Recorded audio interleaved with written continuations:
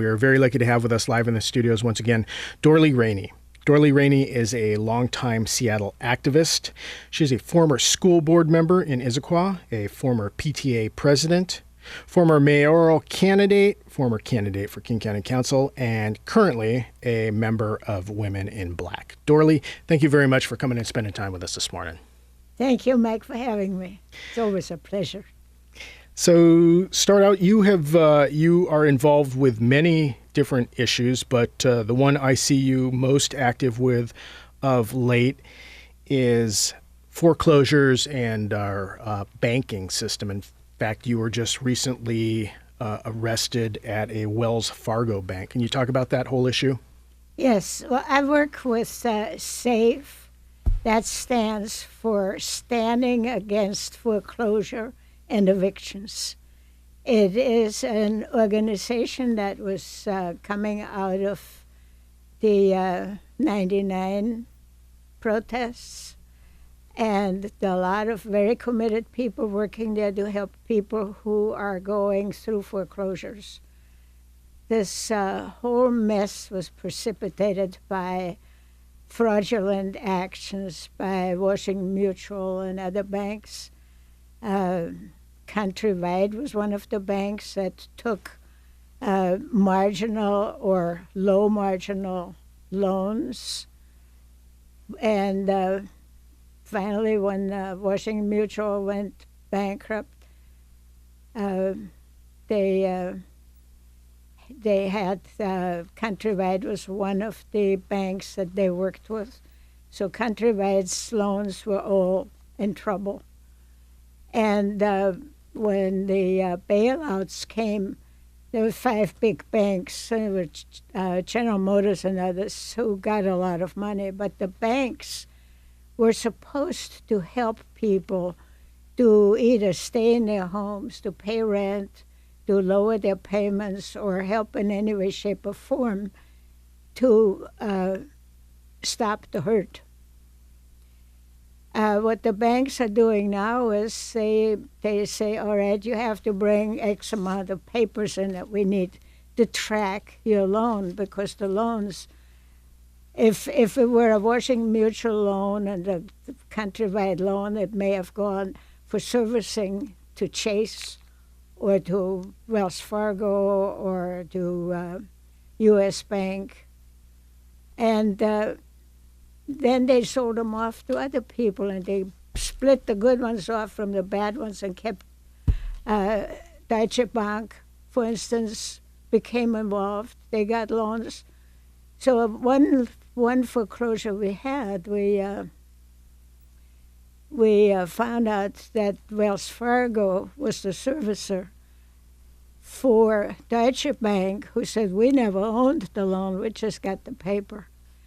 Their mortgages are very hard to trace because they got split up in different parcels to get sold off to investors. And so we did have a very specific problem with Wells Fargo. They absolutely refused to talk to anybody, and the person that we worked with, we went into the bank with a check, and they would not even let us go near the bank, anywhere towards the tellers or to the managers.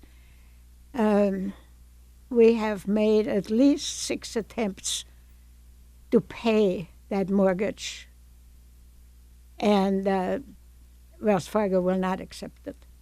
We found out then that they were just servicing that loan for Deutsche Bank, who was also servicing it for Wells Fargo, for Chase. So the biggest problem is, and I'm finally seeing that the Justice Department is stepping in. The sheriff now will not evict people. The sheriff will not arrest us when we do a sit-in in front of a house that's going to be evicted. A discussion I had with the sheriff, he said, we will have to do the eviction, but we're going to change the way we do them, not the way they used to go break in practically in the middle of the night and drag people out. And so now at least they will not arrest people in front of a house. But we did a sit-in at Wells Fargo up there by the library. And we just walked in and sat down by the wall and started reading the demand letters. And the demand said that we will leave as soon as you live up to the bargain you made when you got bailed out. And then we sang a little song. And finally, the management, they kept doing business. There were people actually going into the bank. I like that button. So now what I do? Turn it on. You're fine. So anyway, when we didn't even get handcuffed. And then, for some reason, the bank did not file a suit against us. But the city attorney thought it was necessary that he would file a lawsuit against us. And we went to pretrial. And then all of a sudden, the city attorney canceled the lawsuit, dismissed it. So I guess we're free and clear again to do that all over again. So City Attorney Pete Holmes felt that he filed the lawsuit against us for a sit-in at Wells Fargo. Wow. But then, of course, you have to realize that Wells Fargo is the city's bank.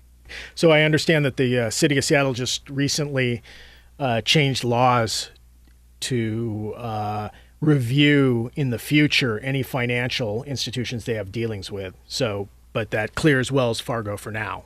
Yes, it does. Well, the other hurdle is that they have to have one of the big banks, because we don't have a state bank, and other private banks or small state banks don't have the money to service the short and long-term business that the city has. Some of the money has to be there immediately when they have to pay bills, and some banks and credit unions don't have the kind of reserves. So once you get into this, there's just no end to the problems that have to be solved before we can really see some progress. And the reluctance of our elected officials to actually do something is staggering. So you were prepared to be arrested and or serve time for this issue? Whatever, yes. Because I'm very lucky. I live on Social Security. I don't have any great needs. And the young people can't do it. They cannot take time off from work. We had 2 teachers with us, and they were really frightened that they might lose a job over something like this, or get incarcerated, or have to get a big fine that they need to pay off. So not everybody can do sit-ins, because you lose time and money when you sit in somewhere and have to go to jail.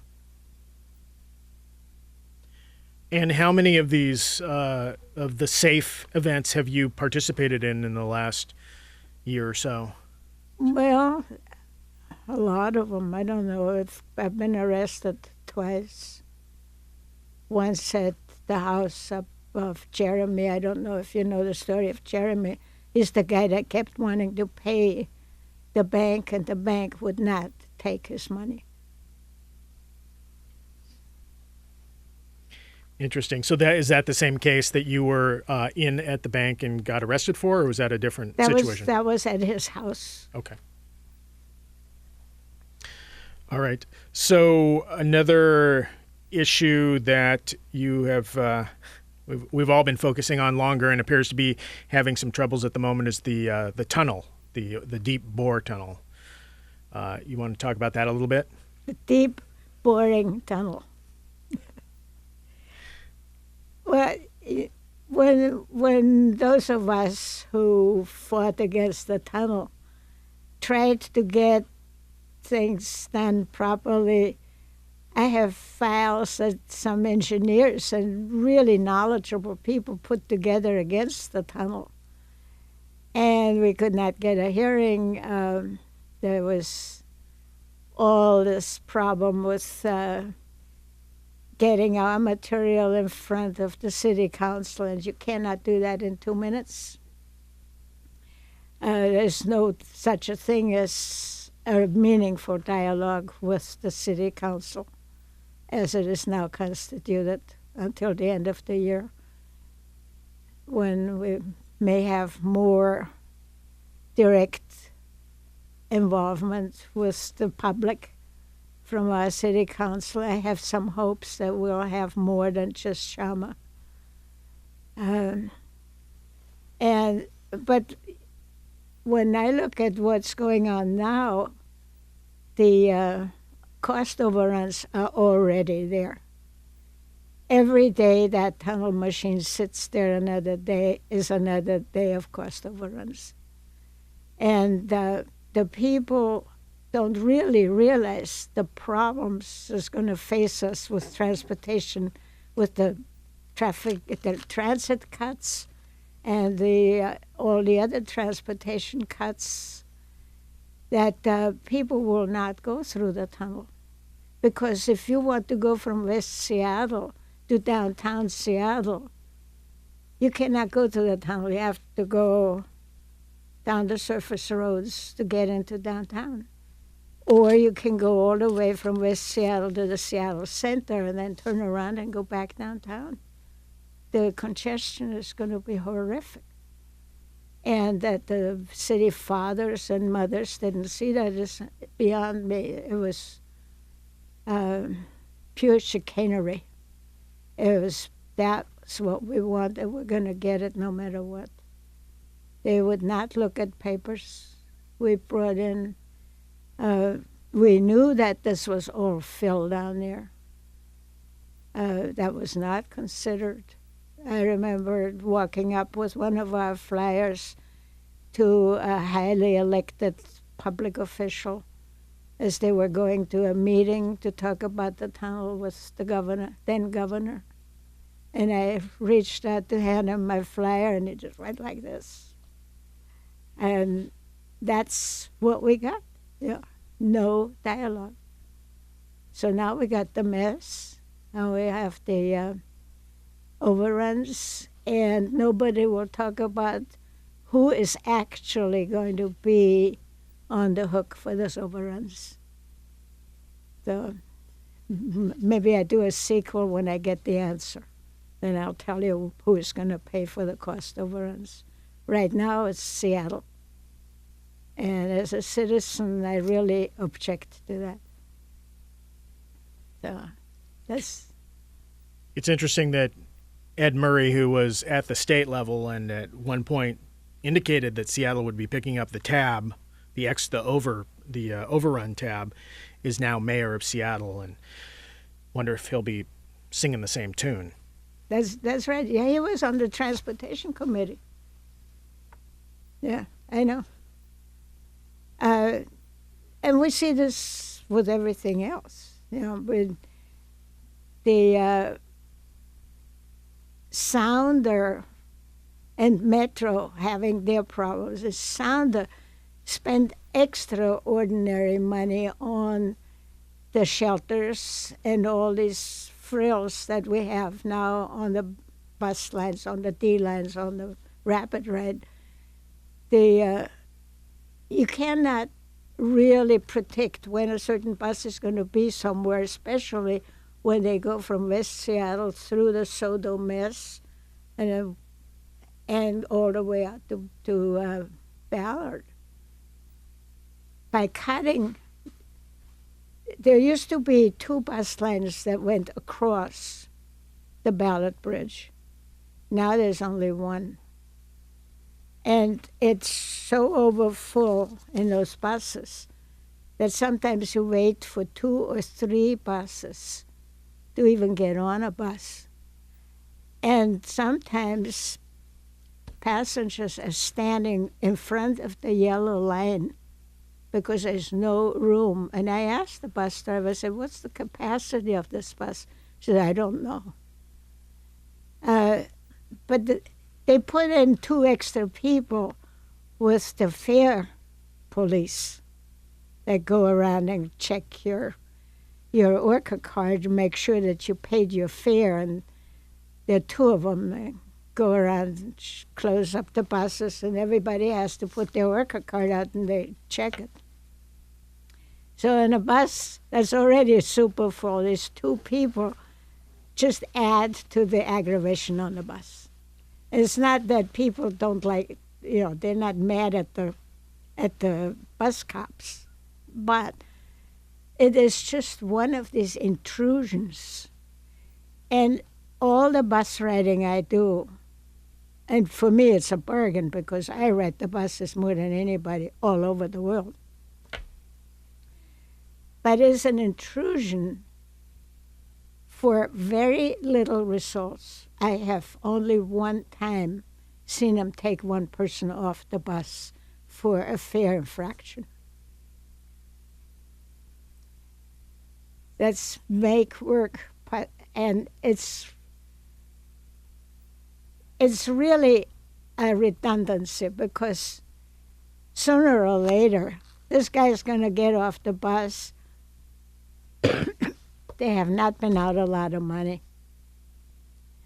And they pay a payroll now. I don't know how many people they've hired, but they ride the D buses and the A, B, and C and D buses. So that's a lot of payroll. And they're looking at a 17% cut, a proposed 17% cut. Yeah. When it seems they should be going the opposite way. Exactly. Yeah. So, but the buses, if you want to go from Ballard to Seattle at around 2:33, between 2:30 and 3:30, when all the school kids from Ballard High get out, you can wait for 3 or 4 buses to get on. And nobody ever comes and checks this out. That the fare patrol should check to see if that bus is over capacity and make a report. But we have people that are slotted in to do one thing, check the fare, and don't see anything around you. Don't see that bus is overstretched, that there are too many people on this bus. And if an accident happens, it's going to be mayhem. So I think the people that run the parking patrol and those fare patrol people, they all ought to check and see what else is going on around where they stop. They should not just give a ticket to the guy who's overparked, but if they see some vandalism going on, they ought to report it, or a huge pothole somewhere. They should report it. But no, this is not their job. And everybody does only their job, which is not very cost effective. You've lived in Seattle since 1956? Yes. Have you always used the bus system? Has it gotten worse since then? No. We had one car, and my ex worked for Boeing down on Harbor Island, and if I wanted to go somewhere, in those days we had buses, but it wasn't as good as even now.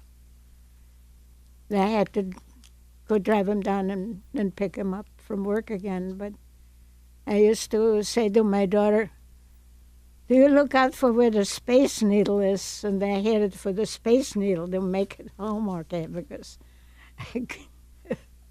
I couldn't find my way home from Harbor Island without the Space Needle there. Now you can barely see it. But no, I plead guilty. I had a car. Then finally the kids started working and they shared a car. So yeah, I'm really doing my mea culpas here.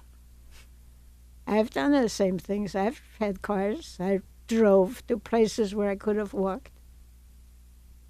But we all were in this great mode of tomorrow never comes. And it's here now. Tomorrow is here now. With the pollution and with the climate change and everything else. So we only have about 8 minutes left. You ran for mayor of Seattle, and we have a new mayor coming in here in another month. What would you recommend as changes to our new mayor coming in if you had the power? Well, I really don't know enough about Murray. That's the funny thing, you know. He was on all kinds of committees, but he never really came. You say, "Oh yeah, Murray. All right, I grant him. He stuck with his project of gay marriage, and he finally pushed that through." But that's really the only thing that sticks in my mind. And you know, I go to Olympia a lot. I've never had the feeling of a great leader there. And so I don't know what I would ask Murray to do. Because, you know, we've already asked for more funding for schools, and we asked for more funding for homeless people and stuff like that. And now he seems to embrace things like the $15 an hour minimum wage, which is a good thing, but it was not his original thought. It is a coattail kind of thing, I think. So he's going to have to do a few things before I can really peg him into what can he accomplish and what will he do. I mean, he cannot undo the devil. He would have to really get busy working with the homeless problem. And Seattle City Council is a very vindictive organization. When you think what they did to Nicholasville, where they were split into 3 camps, split families, now they have to have extra porta potties, they have to have extra dumpsters, they have to pay deposit on dumpsters and things. So everything they do is now 3 times as expensive. And the city gave $500,000 to the Union Gospel Mission to put 10 people into housing. And the first thing, you know, and I'm not saying it's all bad. It's not all bad. But it's a misdirection of funds. And just because the name Nicholasville does not go down well with some of the city council people and some other leaders in town, doesn't mean that the homeless people don't deserve a chance. You see this vindictiveness when you go to the bus shelters, where there used to be benches, but oh no, we can't have that. The homeless people will sit there, or maybe even a drunk, for God's sake. We can't have that. So now they got one little seat in the bus shelters. So if there are 2 old ladies, one loses. No, period. You stand up, you sit down. It is visible all over Seattle, the nastiness. When you look at the ledges, the windows at the courthouse, they got these metal things, clips, by the windowsills, just so nobody sit there. And you find these things all over town, where there's a place where somebody might be able to sit down. They put the clips up there. And I'm not sure what else they're going to do next. But I'm hoping for a more humane city council than what we have now. But as to the mayor, I'm going to have to just wait and see. All right. In 3 minutes, can you sum up why people should become active about things they care about? Well, one of the things, it feels good when you do something besides sit and watch YouTube cartoons. It just, you feel like you're there for something. And I have friends who really are depressed because they feel useless. And I said, you want to go with me? Well, I have to play cards tonight, okay? But ask me the next time. But the next time they have to do something else, like watch some television show or a soap opera or something. It is invigorating to be out there. I love riding the buses. I find somebody I know on the buses almost every day. And if not, somebody else will say something and we'll start a conversation, and it's fun. And people miss an awful lot by not being active. And it's interesting business. You know, like, for instance, right in the middle of this Boeing mess, Brazil has now just canceled a 36 fighter jets that Boeing was supposed to build for Brazil, and gave it to the great Swedish car maker Saab. I didn't know they made airplanes or stuff like that. I never knew that. And Boeing has always wanted to be done in California. And I would say to them, go to Long Beach and don't monkey with the others, because what you get in California is a heck of a lot more congressional people than any other state. So if I were a Boeing guy, I'd go split the 717 or the new one now, halfsies, was down at Long Beach. I remember when we worked day and night, I was a Boeing wife, on the VSTOL. And California won it. And that's about the time there was the billboard up. Said, the last person out, turn off the lights. Because California had the congressional clout that Seattle, we only had 9 people then. Now we got 10 now. So, but this is where they know to put their resources. So figure out where the most bang is for their buck. So that's my advice for Boeing today. All right. Well, with that, we are unfortunately out of time.